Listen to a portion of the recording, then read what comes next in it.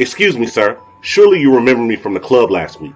William Thompson approaches with a warm smile, as if greeting an old friend. Have you ever been in a situation when someone acts like they know you, and you go along just to avoid embarrassment?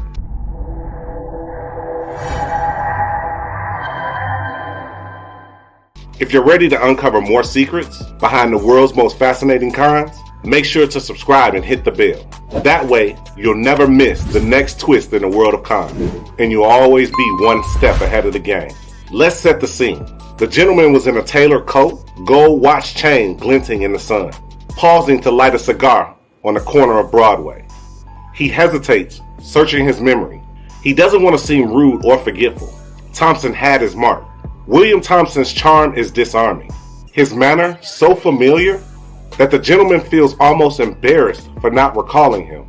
Then perhaps you trust me with your watch, just until tomorrow. Thompson leans in, lowers his voice just enough to create intimacy. Tell me, do you have confidence in me? The question hangs in the air. The gentleman caught between suspicion and the pressure to appear gracious. Thompson smiles, almost conspiratorially. The gentleman, wanting to prove his honor, unclasps his prized pocket watch and hands it over. Thompson thanks him, tips his hat, and vanishes into the crowd, leaving the man stunned and suddenly very much alone. That's the moment the confidence man is born. Not with a threat, but with a question. Mid-19th century Manhattan was a city of stark contrast. Opulent mansions rose beside teeming slums, and the streets pulsed with the energy of immigrants chasing fortune. William Thompson was born to modest means in this chaotic world, the son of a tailor who struggled to keep food on the table. As a boy, Thompson watched the city's elite parade their wealth and status, learning early that appearances were currency. He became fascinated by the subtle codes of trust and respect that govern high society, realizing that a well-cut suit and a confident handshake could open doors that remained shut to the poor. With few prospects and a burning desire to rise above his station, Thompson honed his charm and his wit, setting the stage for audacious confidence scams that would make him infamous. New York City, 1849.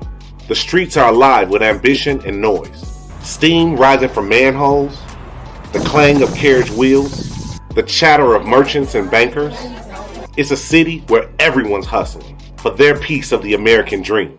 And in the middle of it all, a man moves with a quiet kind of confidence that makes him invisible and unforgettable at the same time. That man is William Thompson. Thompson isn't rich, but he dresses like he is. Crisp suit, polished shoes, hat tipped just so.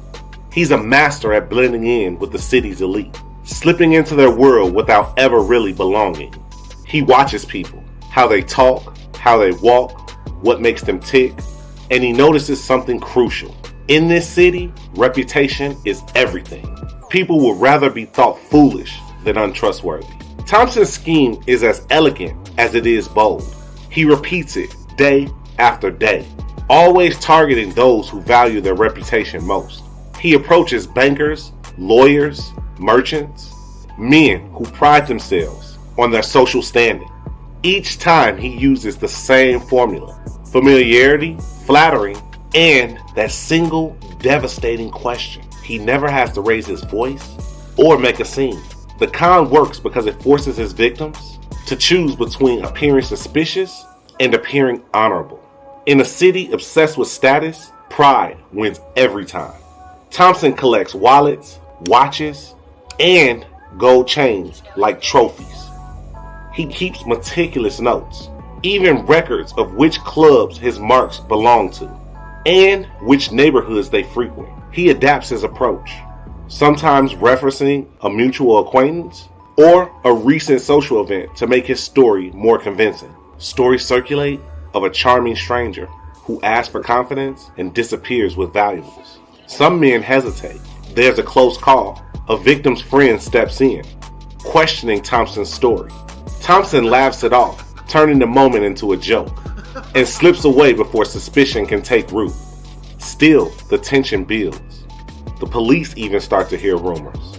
Thompson knows the walls are closing in, but he can't resist the thrill. The rush of seeing pride override common sense again and again. One day, Thompson's luck finally runs out. He's spotted by a previous victim who immediately calls the police. When they search him, they find a collection of watches, wallets, and trinkets, each one a silent testament to someone's misplaced trust. The newspapers have a field day. The story of the confidence man spreads like wildfire. The city's elite are humiliated, left questioning how their greatest virtue, their honor, became their greatest weakness. Thompson is convicted, but his legacy is already set. The term confidence man enters the American vocabulary, a warning for generations to come. And here's the real twist. Thompson didn't just steal wallets, watches, and trinkets. He stole certainty. He proved that sometimes the most dangerous illusion isn't the one cast by a magician or a thief.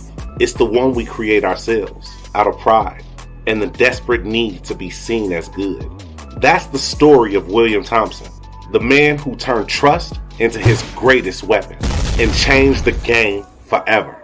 As the dust settles and Thompson's legend echoes through the streets of Manhattan, the question lingers. How did a simple question, "Do you have confidence in me?" turn the city's proudest men into willing victims? Alright, so let's really dig in. You've just heard the story of William Thompson, the original confidence man. But what actually made this trick work? And why does this pattern show up in every great con, even today? Let's break down something that I created called the confidence game formula, step by step. First, we have to start with what I call the brutal truth foundation. And here's the truth. Everyone manipulates, whether they realize it or not.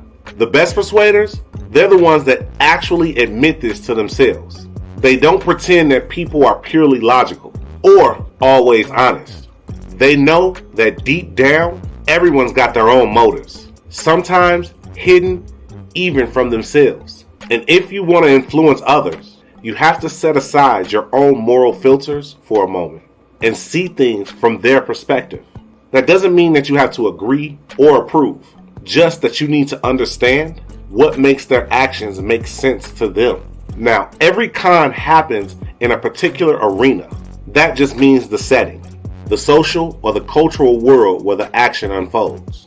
For Thompson, it was 19th century Manhattan, where reputation was everything. Today, it could be a boardroom, a dating app, or a group chat. The arena shapes what people care about, what they're afraid of, and what they're willing to risk. And then you got the players. There's the con artist, of course, the person who's great at reading people, mirroring their behavior, and spotting their needs. And then there's the mark, who's usually driven by some hidden psychological addiction. Maybe they need to feel important, or they're desperate for hope, or they want to prove that they're right. Sometimes there are accomplices or bystanders who help reinforce the illusion, either by design or just going along with the crowd. But here's where it gets interesting. Before any persuasion can happen, you have to capture someone's attention. And I don't just mean getting them to look your way. I mean really capturing it so their guard drops. The best way? Incongruity. Do something just a little out of place, a little unexpected. Thompson's "Do you have confidence in me?" was so out of the blue, it made people pause. When our brain hits a patch of confusion, we want to resolve it, and that makes us more open to suggestion. But you can't just come out and say what you want. Direct commands make people dig in their heels. So the real pros use indirect suggestion and masked intent. Instead of asking for a favor, they frame it as a test of character, or they hint at something without saying it outright. The goal is to let the mark feel like the idea was theirs all along. People don't argue with their own conclusions. So why do we sometimes say yes even when our gut says no? Now, let's talk about what's really being targeted. The hidden addictions. Blair Warren identifies 7 of them, and they're universal. First, the need to feel needed. Everyone wants to matter. Second is the need for hope, especially when things look bleak. Third is the need for a scapegoat, someone or something to blame when things go wrong. Fourth, the need to be noticed and understood. Nobody wants to feel invisible. Fifth, the need for secret knowledge. People love to feel like insiders. Sixth is the need to be right, because nobody likes to be wrong. And seventh, the need for power, even if it is just the illusion of control. When a con artist satisfies even one of these needs, the mark feels grateful and even loyal, and that's when they start to comply. Now, let's walk through the actual structure of a con, because it's almost always the same, no matter the setting. First comes the approach, making contact, often with a story or persona that lowers defenses. Then there's the build-up. This is where the con artist establishes credibility, maybe by mirroring the mark's behavior or dropping hints that make the mark feel special or chosen. Next is the convincer. This could be a small win, a secret, or some proof that hooks the mark. Then comes the hoorah, an urgent now or never moment that pushes the mark to act. And finally comes the blow-off. The con artist exits, leaving the mark invested, maybe embarrassed, and often left too ashamed to even talk about what happened. Throughout all this, you'll see some classic manipulation tactics. Things like mirroring the mark's language and body language, all to build rapport. Planting ideas subtly, so the mark thinks that they're coming up with them on their own. Making the mark feel like the hero, or the one who's figured something out. And always minimizing resistance by staying indirect. But why do people fall for it, even when they should know better? That's where the psychology of belief and self-deception come in. The best cons are built on stories that tap into our deepest fears and hopes. They get us to invest a little at a time, so we feel like we can't back out. And when it all goes wrong, we're often too embarrassed to admit it, even to ourselves. Sometimes we'll even defend the person who fooled us, all in an effort to protect our pride. There's also a classic 6-step persuasion process that shows up over and over. Here's how it goes. First, explain the situation. What's at stake? Second, define the role. What part can the mark play? Third, emphasize why this role is crucial. Fourth, highlight why the mark is uniquely qualified. Fifth is acknowledging the sacrifice or cost. And finally, ask for help. When you make someone feel needed, they want to say yes. And don't forget, the whole thing is a strategic game. The con artist is always thinking about the payoff. What's the best move? What's the risk? How can they lock the mark in so backing out feels impossible? When both sides are stuck, the mark too invested or embarrassed to fight back, and the con artists haven't gotten what they wanted, that's the end game. So that's the full confidence game formula. It's not just a list of tricks. It's a step-by-step process that plays on human nature, psychology, and strategy. And as we go through more stories in this series, you'll see every one of these steps in action again and again. Ready to spot them for yourself? Let's keep going. So now that you got the full confidence game formula in mind, let's break down exactly how Thompson ran his playbook, move by move. Let's go back and see how every piece of it played out in William Thompson's legendary scam. Watch how each step clicks into place. Let's start with that first moment. Thompson walks up and acts like an old friend and drops the line, "Do you have confidence in me?" It's weird, right? It doesn't fit the social script. That's incongruity in action. When something feels out of place, our brains scramble to make sense of it. We're thrown off just enough to become more open, more suggestible. Thompson knew exactly how to use that psychological itch to his advantage. So remember, when Thompson leaned in and dropped that out of nowhere question, that's incongruity in action. Notice how Thompson never actually says, "Lend me your watch." Instead, he asks for confidence. He's not making a transaction. He's testing character, or at least making it feel that way. This is classic masked intent. The real ask is hidden under a layer of social ritual. People resist direct commands, but when you invite them to prove their own virtue, now they're motivated to say yes. He never said, "Give me your watch." Instead, he made it about confidence. See how subtle that is?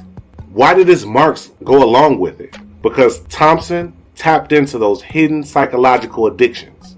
The need to feel needed. He made them feel special, chosen, and trustworthy. The need to be right. They wanted to believe that they were good judges of character. pride and social standing.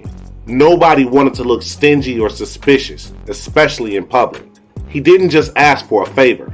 He offered them a chance to perform the identity that they valued most. Let's map Thompson's moves to the classic con structure. The approach. He picks his mark, always someone who cares about status. The build-up. He acts familiar, builds rapport, references clubs or mutual acquaintances. The convincer. That famous question, do you have confidence in me, is the hook. The hoorah. The mark. Eager to prove themselves. Hand over the watch, wallet, or trinket. The blow-off. Thompson tips his hat, disappears, and leaves the mark. Too embarrassed to make a scene. No props, no elaborate setups, just social engineering, pure and simple. Now, here's where it gets really interesting. Afterwards, most victims didn't run to the police. Why? Because admitting that you were tricked like that is humiliating. It's easier to rationalize. I was just being a gentleman, or anyone could have been fooled. That self-deception protects the con artist and keeps the legend alive. How many times have you talked yourself into believing you made the right call just to save face? At the end of the day, Thompson's tricks worked because he understood human nature. We want to be seen as good, as honorable, as savvy. But those very needs, when played just right, can be turned against us. Let's zoom out for a second. When you look at William Thompson's con, you see the whole confidence game formula in action. He grabs attention with a move that's just off script. That weirdly intimate question, it's the hook. He hides his real goal behind a social ritual. He's not asking for a watch, he's asking for confidence. He taps into deep needs. The mark wants to be seen as honorable, as trustworthy, as someone who gets it. He doesn't rush. Each step, greeting, rapport, challenge, payoff, makes the next one easier. That's how trust and commitment are built, one small move at a time, gradually drawing someone in. And in the end, it's the mark's own pride that seals the deal. They want to be the good guy, and that's what makes them vulnerable. That's why Thompson's story still matters. He didn't just steal watches, he stole certainty, using his own victim's psychology as the perfect tool. And that right there is the confidence game formula in action. So as we dive into more cons in this series, keep the formula in mind. See if you can spot the moves before the mark does. Because the real game is always about human nature. And if you thought Thompson's con was bold, wait until you hear about the man who convinced people that they could own the Brooklyn Bridge. Next time we'll meet George C. Parker, the king of landmark scams. Subscribe now, you won't want to miss it.